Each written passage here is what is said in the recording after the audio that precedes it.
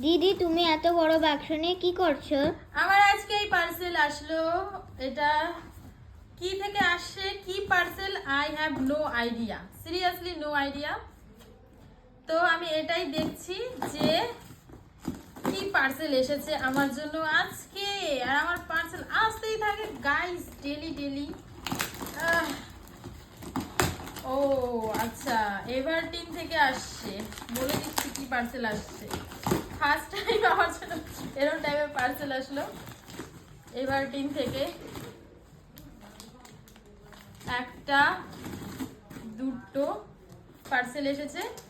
তো আমি এটা পরে খুলবো, তো খুলে তোমাদেরকে দেখাবো, ঠিক আছে? So guys tata.